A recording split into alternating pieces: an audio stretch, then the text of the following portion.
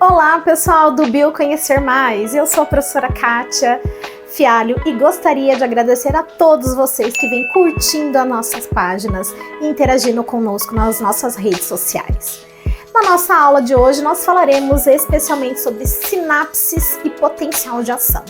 Para você que não viu a nossa aula anterior, não deixe de assistir.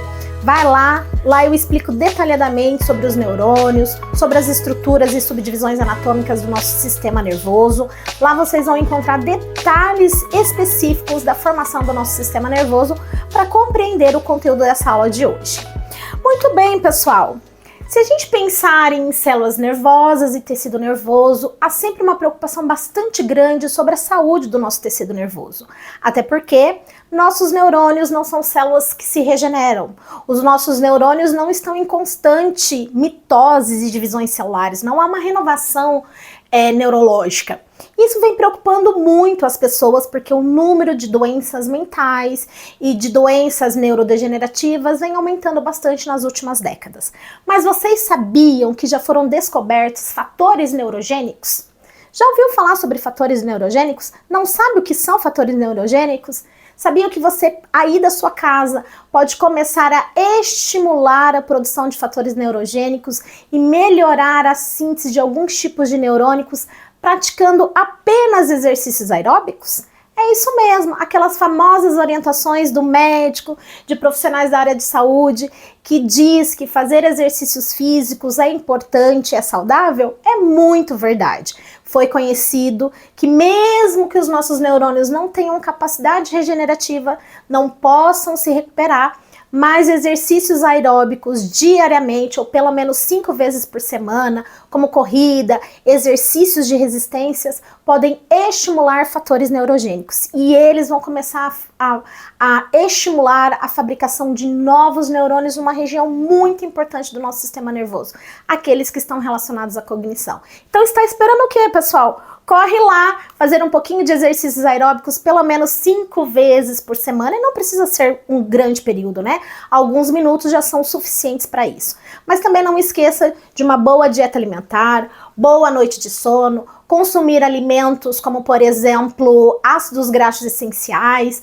vitaminas do complexo B e principalmente vitamina B9. Todos esses cuidados são muito importantes para a saúde dos nossos neurônios. E vamos lá, então, compreender um pouquinho sobre esses mecanismos de comunicação celular. Vejam que o nosso encéfalo é formado por 86 bilhões de células nervosas, chamadas de neurônios, bem como aproximadamente 85 bilhões de células da glia. Todo esse tecido nervoso é formado por circunvoluções e são representados por alguns lobos, né? O lobo frontal, 2 lobos parietais, 2 lobos temporais e o lobo occipital. Mais todas as estruturas do nosso tronco encefálico.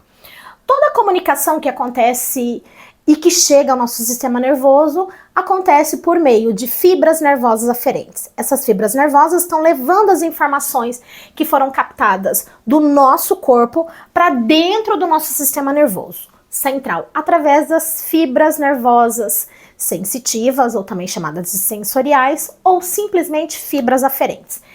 Várias regiões do nosso encéfalo, desses lobos, né, ou dessas sub-áreas do nosso sistema nervoso, se comunicam através das sinapses nervosas e devolvem aos órgãos efetores, às nossas vísceras, aos nossos tecidos, aos nossos órgãos, o que eles precisam fazer.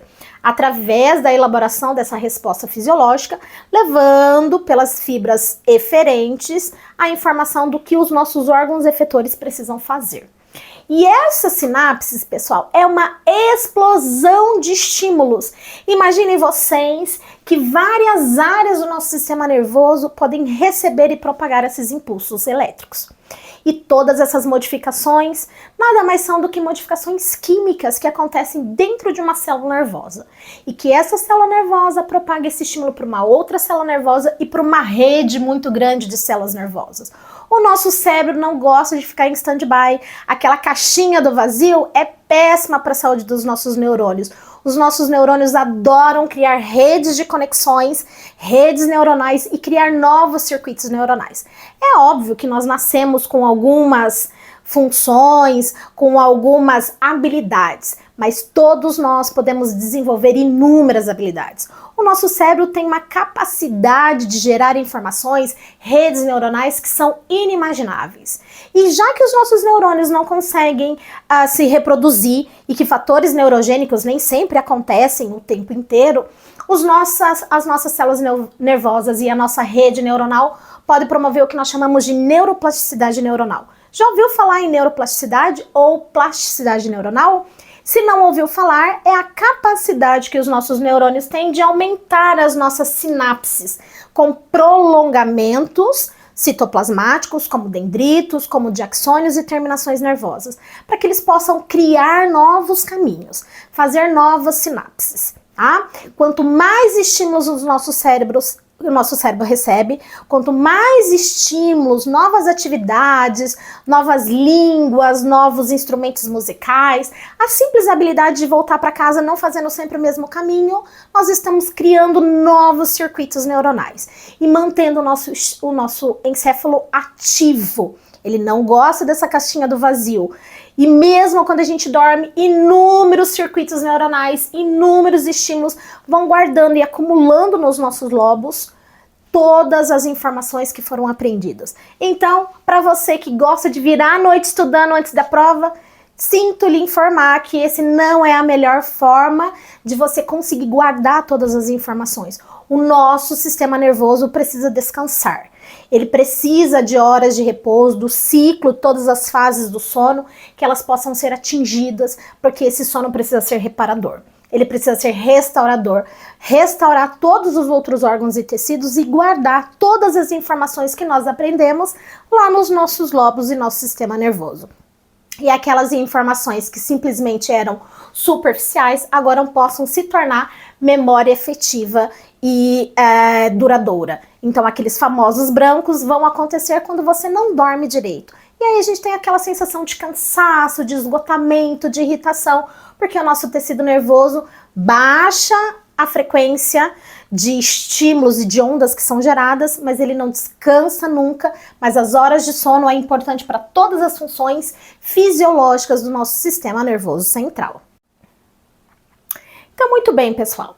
Só relembrando a estrutura do neurônio, eles são um neurônio típico, eu não estou dizendo que todos são assim. Ele é formado por um corpo celular que contém todos os conjuntos de organelas celulares, apresenta os dendritos, os neurônios mielinizados, o axônio é formado pela bainha de mielina, né? Essa bainha de mielina aumenta a velocidade do impulso elétrico para que ele chegue mais rápido à terminação nervosa. Então, o impulso passa a ser saltatório, saltando nessas interrupções que nós chamamos de nodos de Ranvier. Isso leva o impulso e propaga esse impulso elétrico para que ele chegue mais rápido para uma outra célula nervosa ou até mesmo para uma célula efetora. Mas obviamente, né, que nem todos os neurônios são mielinizados. Os neurônios amielinizados, esse impulso elétrico ele precisa percorrer ponto a ponto até que ele chegue à terminação nervosa. Embora ele seja um pouco mais lento, diminua essa velocidade, mas um conjunto de órgãos e de células não precisa que esse impulso elétrico chegue tão rapidamente, como é o caso dos neurônios motores que estão levando a informação para um músculo. Tá? E especialmente vocês podem observar nessa imagem aqui de baixo que, por exemplo, um neurônio que apresenta inúmeras terminações nervosas, ele pode tocar uma outra célula efetora, uma outra célula neuronal, como no caso aqui, e realizar o que nós chamamos de sinapses. Mas muito bem, o que compreende essas sinapses? A sinapse é simplesmente um neurônio se comunicar com a outra célula nervosa ou uma outra célula efetora. Como que acontece essa comunicação? Essa comunicação ela é baseada principalmente pela mudança da permeabilidade da membrana. As nossas membranas no repouso, elas apresentam um potencial elétrico negativo. Então, existe um campo elétrico que é criado entre o lado interno da célula e o lado externo. Então, basicamente, o que a gente vai estudar na nossa aula de hoje e compreender são todos os mecanismos que compreendem o que nós chamamos de potencial de ação. Então, muito bem. Vamos considerar aqui uma representação de um neurônio típico, tá?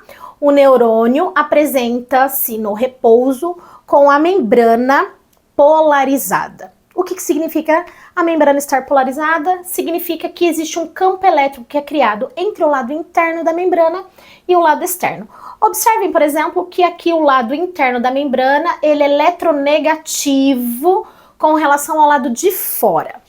Isso porque íons que se distribuem de forma diferente dentro da célula e do lado de fora se auto-orientam. Cargas opostas se atraem, então eles criam um campo elétrico na membrana. Esse campo elétrico apresenta um valor. O potencial da membrana no repouso da maioria das células está por volta de menos 70 milivolts. Isso já foi determinado. Mas células nervosas, que são as nossas células neuronais, e as células musculares estriadas esqueléticas, são as células mais excitáveis do nosso corpo. O que significam ser as células mais excitáveis? Esse potencial de repouso, ele pode chegar a menos 75, menos 80, menos 85 milivolts. E isso ainda é o potencial da membrana no repouso, apresentando esse campo elétrico. Lado interno, eletronegativo, com relação ao lado de fora, que é eletropositivo. Não é que existem mais cargas negativas dentro do que fora, tá? Mas é que cria-se uma proximidade, uma força de atração entre os íons com cargas negativas do lado de dentro da célula e do lado de fora. Muito bem, essa é a base da comunicação. No repouso, todas as nossas células se encontram dessa forma. Porém, quando a nossa célula recebe um estímulo, e este estímulo é forte o suficiente, ele promove uma modificação dos constituintes da membrana celular. O que existe na membrana das nossas células? Relembrando, as nossas membranas celulares apresentam o famoso modelo do mosaico fluido, formado por fosfolipídios e proteínas.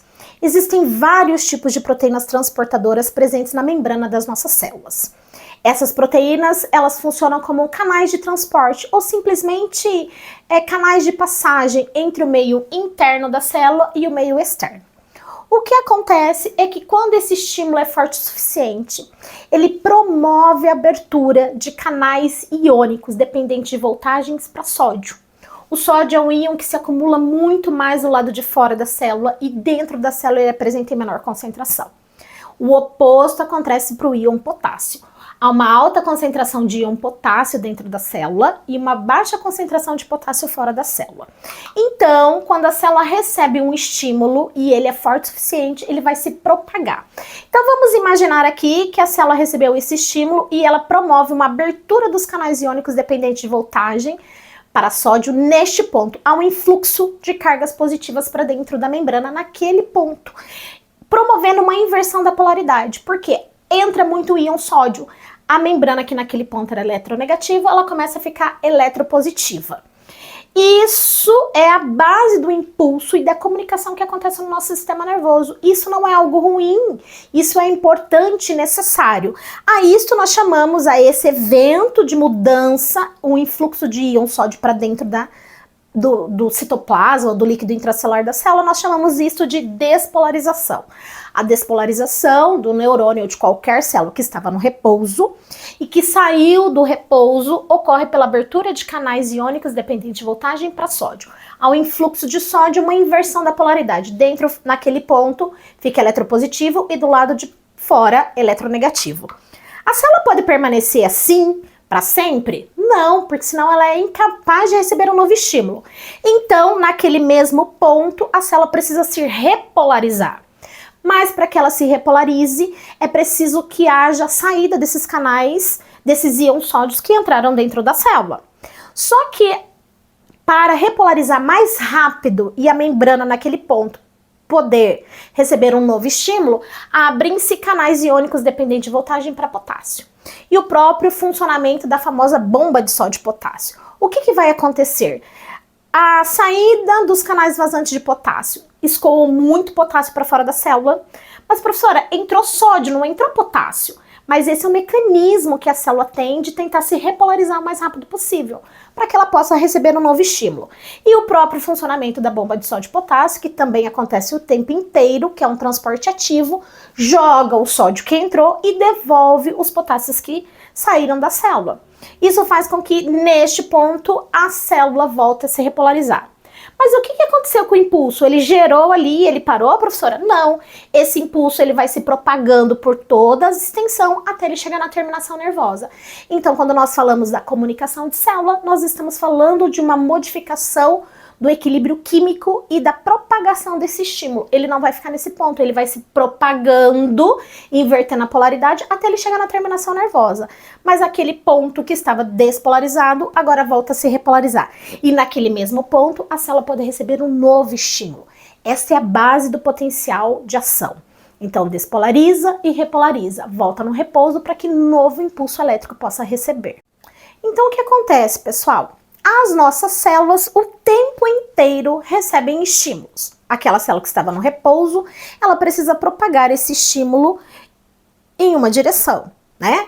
Para fazer com que esse impulso elétrico chegue à terminação nervosa. E da terminação nervosa para uma outra célula nervosa ou para um órgão efetor. Criando essa rede de comunicação, que precisa acontecer numa velocidade muito grande, da ordem de milissegundo, muito mais rápido, infinitamente mais rápido do que a gente levaria para piscar. Então aqui a gente tem uma representação do potencial de membrana que estava no repouso, considerando, né, esse potencial menos 70, lembrando que célula nervosa e célula muscular é mais excitável, pode apresentar menos 80, menos 85 milivolts, e que quando a célula recebe um estímulo, o primeiro evento que vai acontecer é o quê? A abertura dos canais iônicos. Se vocês observarem aqui, a membrana, então, se eu pegar uma representação, né? Os canais que estão representando em amarelo, eles estão fechados, assim como os lilás. Os canais amarelos são os canais iônicos dependentes de voltagem para sódio. Todos estão fechados. Isso quando a célula não recebeu nenhum estímulo, a célula está no repouso. Porém, e aí vocês podem observar que aqui do lado de fora, no líquido extracelular, o interstício tem uma maior concentração de sódio e menor concentração dentro da célula. O oposto acontece para o íon potássio. Nós temos uma alta concentração de potássio dentro da célula e uma baixa concentração de potássio fora da célula. E isso a condição do repouso. Porém, quando as nossas células recebem um estímulo e esse estímulo é forte o suficiente, ele abre, promove uma modificação conformacional nos canais que estavam fechados. Observem aqui, ó, os canais de sódio estavam com a comportinha fechada, agora eles se abrem. Quando ocorre essa mudança, o potencial que era eletronegativo muda e naquele ponto fica eletropositivo. Isso porque é um influxo das cargas, que são os sódios, que estão em maior concentração do lado de fora da célula.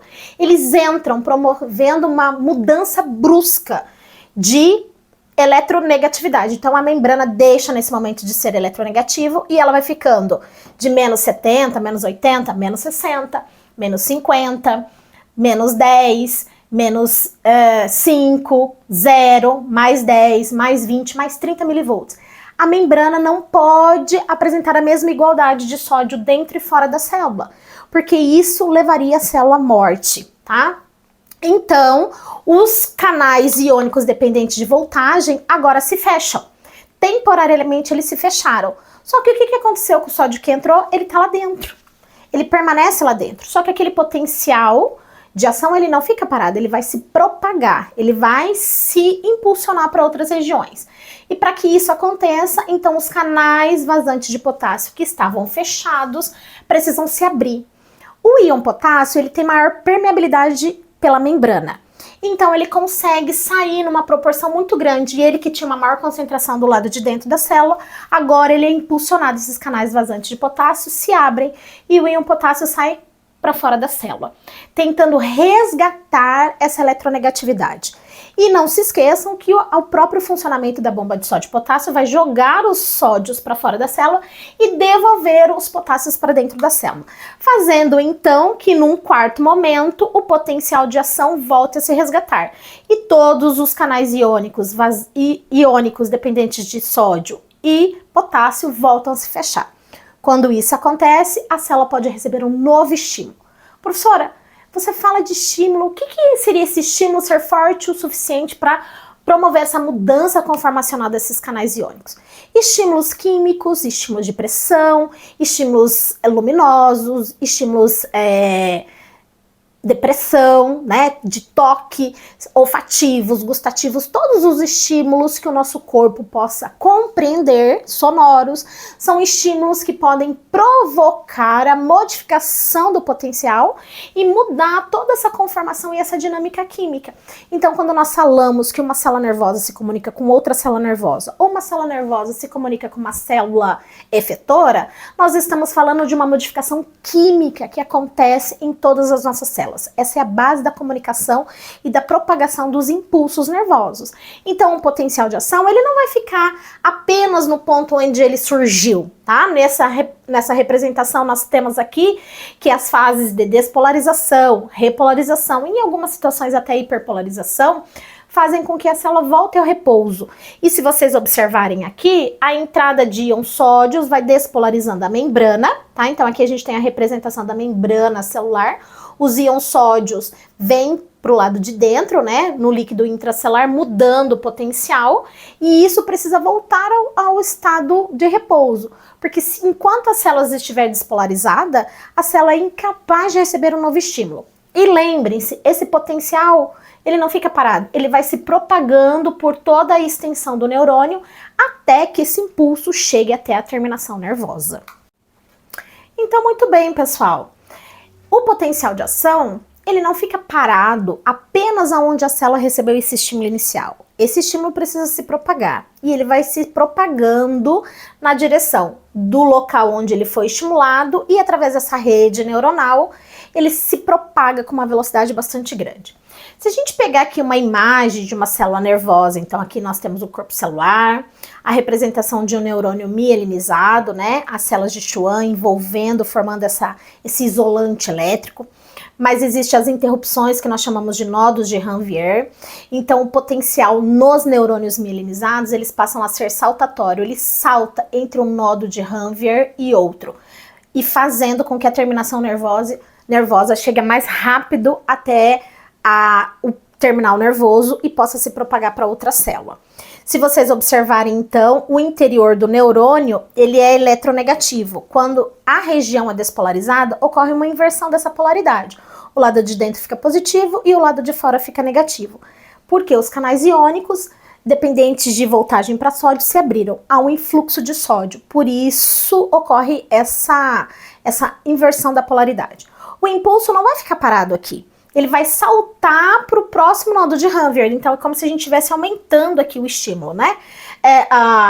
Dando um zoom no axônio do neurônio. Então, ele pula, ele salta para outra interrupção, isolando essa região. Por isso que a bainha de mielina funciona como isolante elétrico, tá? E quando ele chega nesse ponto, ele vai saltar para o próximo e assim sucessivamente, até que ele possa chegar à terminação nervosa. E quando ele chega na terminação nervosa, o que vai acontecer? Lembrando que o axônio do neurônio, ele vai conduzir e a terminação nervosa, ele pode estimular uma outra célula nervosa ou qualquer outra célula efetora. Muito bem, os nossos neurônios, mielinizados ou não mielinizados, eles produzem neurotransmissores ou produzem hormônios liberadores e reguladores de outros hormônios, tanto com funções excitatórias quanto com funções inibitórias. É muito importante a gente destacar que um neurônio que produz hormônio inibitório ou regulador de um hormônio inibitório, ele não é um neurônio negativo, tá? Que exerce uma função negativa do nosso corpo.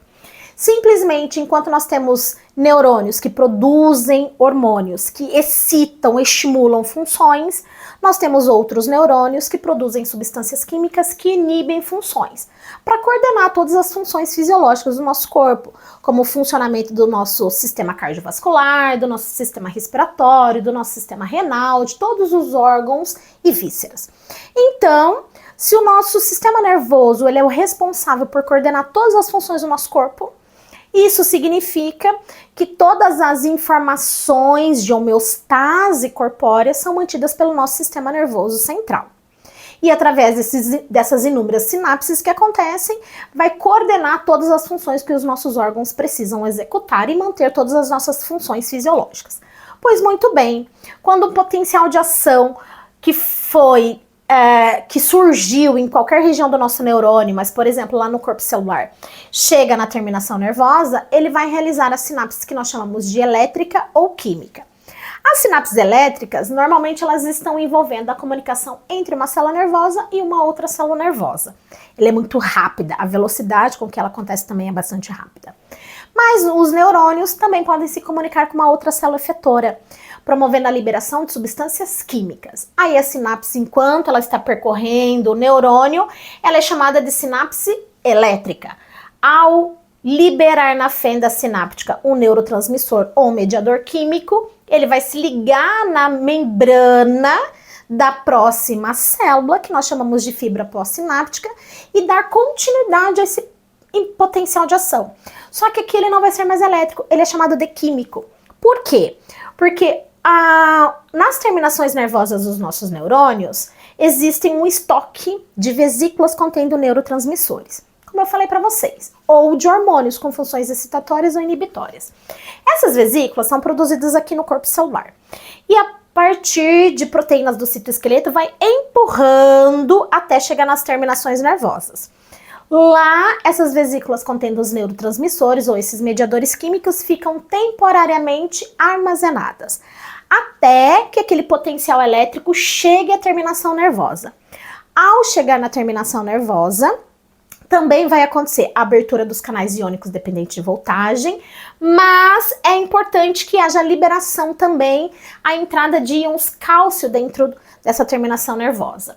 Essa terminação nervosa pode receber o nome de fibra pré-sináptica ou simplesmente de botão sináptica. Quando o potencial de ação atinge a terminação do neurônio, ocorre o que a gente chama de exocitose, liberando essas vesículas aqui na fenda sináptica. A fenda é o espaço entre o neurônio e outra célula. Na membrana da outra célula, nós temos receptores para esse neurotransmissor ou esse mediador químico, que vai mandar a mensagem do que essa célula efetora precisa fazer. Só vai dar continuidade ao potencial de ação se na membrana da célula efetora ou da célula seguinte existir o receptor, tá? Para essa substância química. E aí o que acontece? Esse estímulo vai ficar permanente ali? Não.